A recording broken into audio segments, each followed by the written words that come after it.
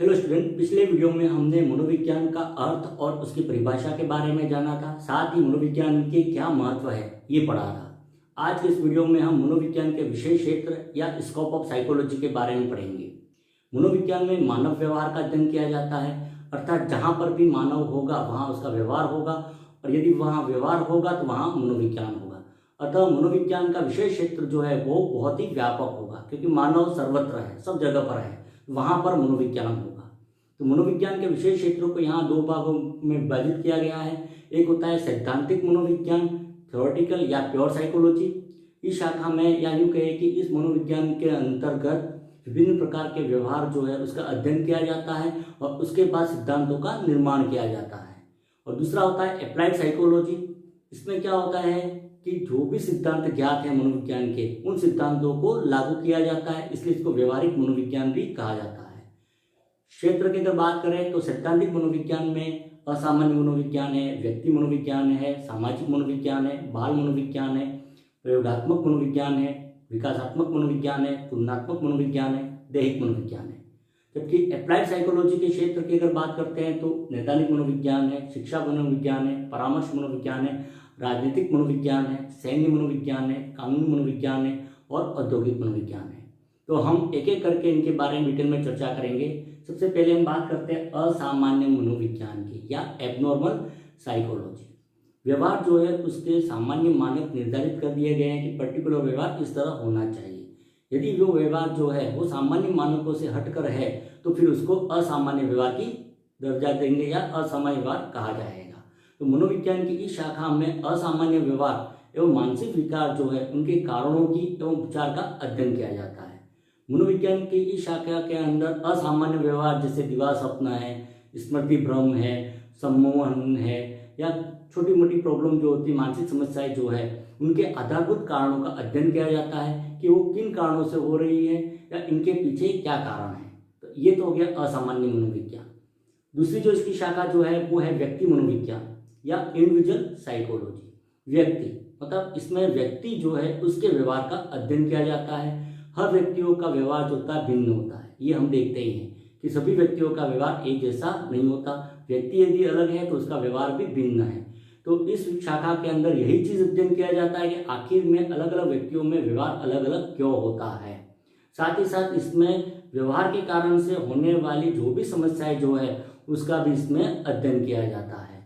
इसके अलावा व्यक्ति के व्यवहार पर पड़ने वाले दूसरे जो कारक होते हैं, जैसे वातावरण के कारक है, पारिवारिक कारण है, उनका किस प्रकार से व्यवहार को प्रभावित करने में हेल्प है या योगदान होता है, उसका भी अध्ययन किया जाता है।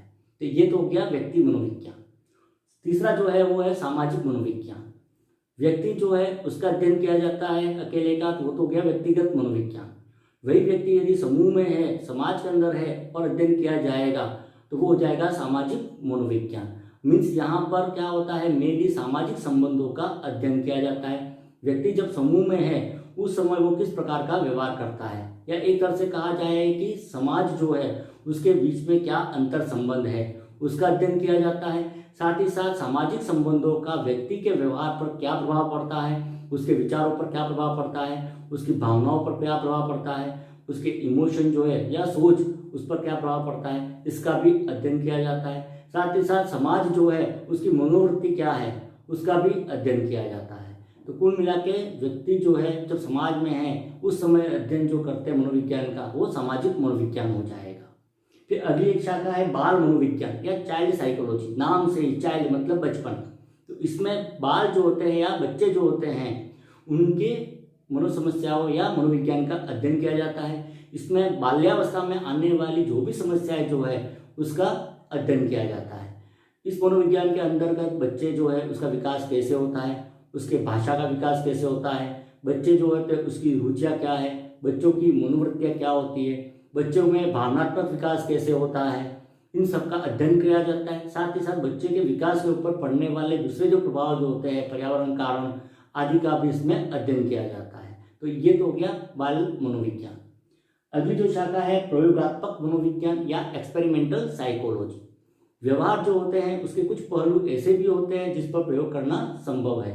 तो प्रयोगात्मक मनोविज्ञान के अंतर्गत व्यवहार के उन्हीं पहलुओं का अध्ययन किया जाता है साथ ही साथ व्यवहार जो है या व्यवहार के आधारभूत कारण जो है उनका वैज्ञानिक पद्धतियों के द्वारा नियंत्रित तरीके से अध्ययन किया जाता है। मतलब कुल मिला के कहे तो प्रयोग करना, जिससे संवेदी अंग जो भी है उनके कार्य जो है उनका प्रयोग करना।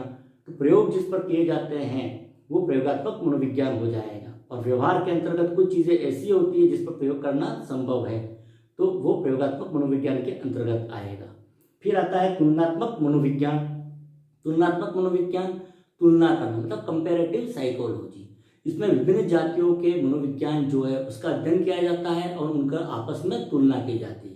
पशुओं के व्यवहार जो है उसका अध्ययन किया जाता है, क्योंकि बहुत सारे ऐसे प्रयोग होते हैं जो मानव पर करना संभव नहीं है, तो उस परिस्थिति में पशु पर प्रयोग किए जाते हैं और जो भी निष्कर्ष प्राप्त होते हैं उन पर फिर इंसानों पर लागू किया जाता है।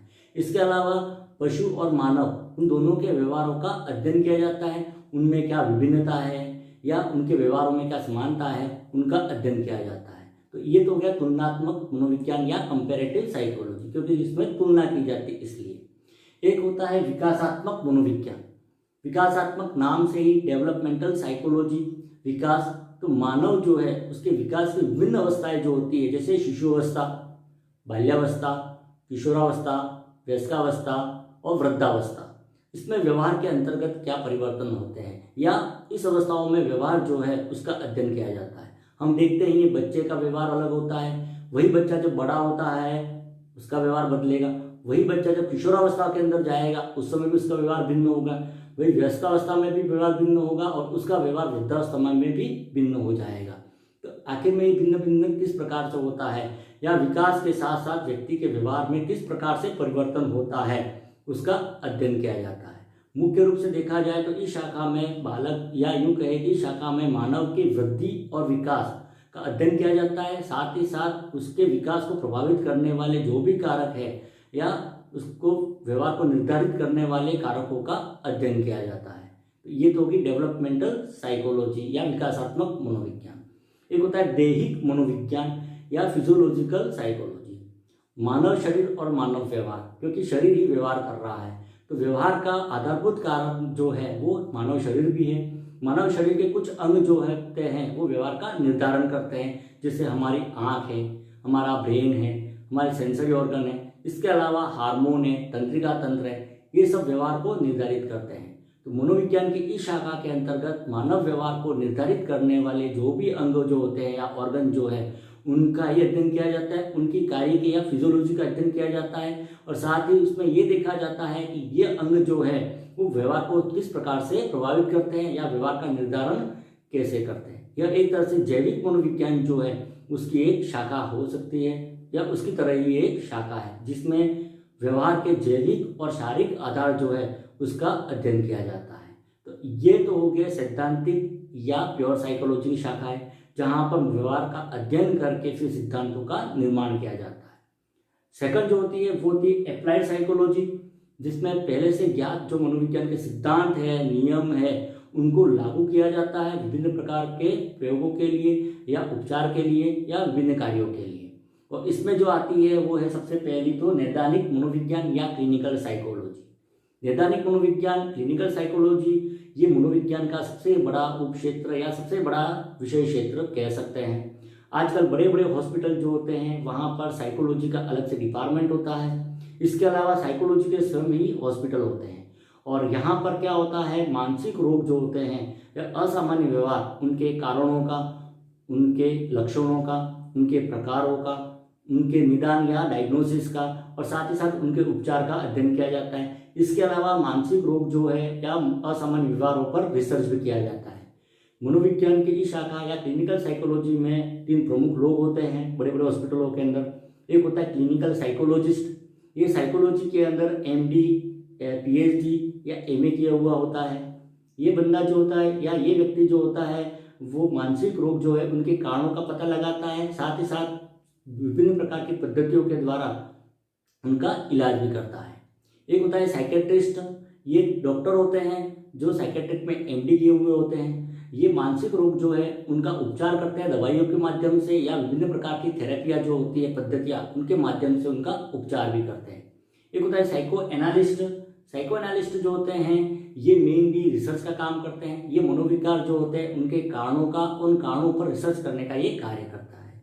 क्लिनिकल साइकोलॉजी जो है उसके अगर कार्य अगर देखें तो मुख्य रूप से 3 कार्य होते हैं। एक तो रिसर्च किए जाते हैं, मानसिक रोग जो है या असामान्य व्यवहार जो है उनके कारणों का, उनके उपचारों पर रिसर्च किया जाता है। इसके अलावा दूसरा डायग्नोसिस या निदान करना, मानसिक रोगों के कारणों का या मानसिक रोग कौन सा है उसका यहाँ पता लगाया जाता है। और इसके अलावा उपचार या ट्रीटमेंट, मानसिक रोगों का ट्रीटमेंट भी होता है। तो ये तो हो गया सबसे बड़ा विशेष क्षेत्र नैदानिक या क्लिनिकल साइकोलॉजी। अगली जो है वो शिक्षा मनोविज्ञान। शिक्षा मनोविज्ञान या एजुकेशनल साइकोलॉजी, मनोविज्ञान की इस शाखा में मनोविज्ञान के जो भी ज्ञात नियम है या सिद्धांत जो है उसको शिक्षा पद्धति के ऊपर लागू किया जाता है। शिक्षा की जो प्रक्रिया जो है उसके ऊपर लागू किया जाता है। शिक्षा के अंदर आने वाली जो भी समस्याएं जो है उनका समाधान किया जाता है। जैसे छात्रों जो है उनकी रुचि, छात्रों में पढ़ने की इच्छा जो है वो, पाठ्यक्रम का निर्धारण, छात्र जो होते हैं उनके परीक्षा संबंधी समस्याएं, विद्यार्थी शिक्षक जो है उनके बीच में अंतःक्रिया, इसके अलावा छात्र जो होते हैं सीखने की प्रक्रिया आदि के अंदर मनोविज्ञान जो है उसकी सहायता ली जाती है। फिर आता है परामर्श मनोविज्ञान या काउंसलिंग साइकोलॉजी। मनोविज्ञान की इस शाखा के अंदर कम गंभीर जैसे कि व्यक्तिगत या भावनात्मक समस्याएं जो है या दैनिक जीवन में आने वाली जो भी समस्याएं हैं उनको मनोविज्ञान के जो जांच सिद्धांत जो होते हैं उनके द्वारा उनका उपचार किया जाता है। जैसे पारिवारिक जीवन की समस्याएं, परिवार में लड़ाई झगड़े होना, या दाम्पत्य जीवन की समस्याएं जैसे तलाक होना, पति पत्नी में झगड़े होना, उन पर अध्ययन किया जाता है कारणों का। साथ ही साथ उन पर परामर्श दिया जाता है, उनको सलाह दी जाती है। तो ये हो गया परामर्श या काउंसलिंग साइकोलॉजी। एक होता है राजनीतिक मनोविज्ञान या पॉलिटिकल साइकोलॉजी।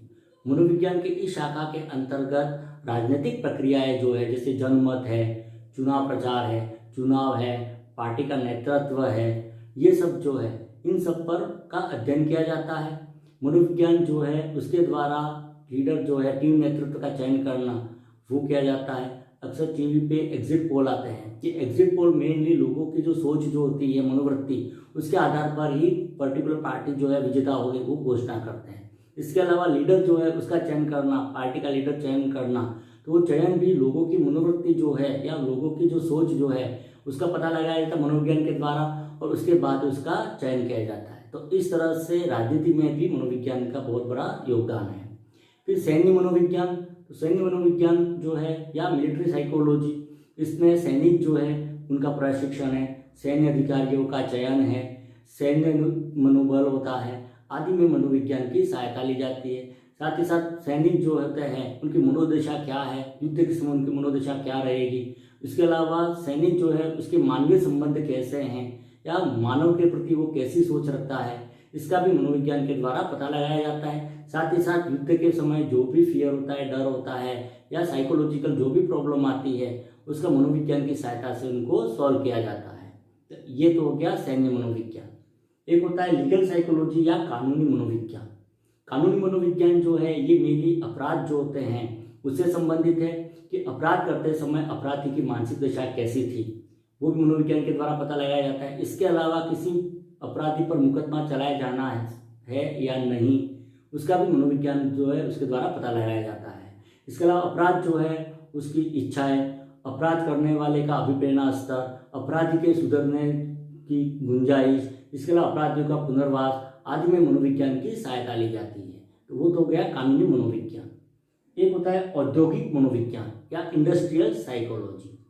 मनोविज्ञान का क्षेत्र यहाँ पर भी होगा क्योंकि यहाँ पर भी मानव होते हैं, बड़े बड़े उद्योगों में काम करने वाले मानव होते हैं, तो वहाँ पर भी उनका व्यवहार होगा, अतः वहाँ पर भी मनोविज्ञान होगा। तो औद्योगिक मनोविज्ञान के अंतर्गत एम्प्लॉय जो है या कर्मचारियों का चयन किस प्रकार किया जाए, उनका प्रशिक्षण किस प्रकार किया जाए, उनका अध्ययन किया जाता है। साथ ही साथ उद्योग जगत में आने वाली जो भी समस्याएं जैसे हड़तालें है, मीलबंदी है, असंतोष है, मजदूर और मालिक के बीच में जो अराजकता आती है वो है, उनका भी अध्ययन किया जाता है और मनोविज्ञान के द्वारा उनको भी दूर किया जाता है। बड़े बड़े औद्योगिक क्षेत्रों के अंदर साइकोलॉजिस्ट होते हैं, वो साइकोलॉजिस्ट जो होते हैं वो एम्प्लॉय को मोटिवेट करते हैं ताकि वो अच्छे से काम करें। इसके लिए वो सेमिनार भी आयोजित करवाते हैं, साइकोलॉजिस्ट आते हैं, वो अपने कर्मचारी जो होते हैं उनको मोटिवेट करते हैं, उससे उनके काम करने की क्षमता जो है उसमें भी, गुणवत्ता में भी सुधार होता है। तो ये तो हो गया औद्योगिक मनोविज्ञान। तो ये मनोविज्ञान के कुछ विशेष क्षेत्र हैं। इसके अलावा भी मनोविज्ञान के कुछ और ब्रांचें हैं या शाखाएं हैं, जैसे पर्यावरण मनोविज्ञान, जिसमें पर्यावरण जो है उसके संबंधी अध्ययन किया जाता है। एक होता है खेलकूद मनोविज्ञान, खेलकूद संबंधित जो मनोविज्ञान है उसका अध्ययन किया जाता है। एक होता है आर्थिक मनोविज्ञान, इकोनॉमी संबंधी जो है उसका अध्ययन किया जाता है। एक होता है उपभोक्ता मनोविज्ञान, मतलब कंज्यूमर जो है उसका मनोविज्ञान का अध्ययन किया जाता है, जिसमें पर्टिकुलर व्यक्ति जो है क्या उपयोग करेगा, विज्ञापन जो आते हैं टीवी के ऊपर वो इसी के द्वारा आते हैं। इसके अलावा पारिवारिक मनोविज्ञान, परिवार में आने वाली विभिन्न समस्याएं जो है उसका अध्ययन किया जाता है। इसके अलावा एक होता है स्वास्थ्य मनोविज्ञान, स्वास्थ्य के प्रति व्यक्ति क्या सोच रखता है उसका अध्ययन किया जाता है। एक होता है सामुदायिक मनोविज्ञान, व्यक्ति जब समुदाय के अंतर्गत है तो उसमें उसकी क्या मनोवृत्ति रहती है उसका अध्ययन किया जाता है। साथ ही साथ समुदाय में जो अराजकता होती है, दंगे फसाद होते हैं, उसका भी अध्ययन किया जाता है। तो ये तो हो गया मनोविज्ञान के विशेष क्षेत्र। मनोविज्ञान जो है उसकी परिभाषा और उसका जो महत्व है उसका लिंक डिस्क्रिप्शन में दिया गया है, वहाँ से आप देख सकते हैं। चैनल को सब्सक्राइब कीजिए।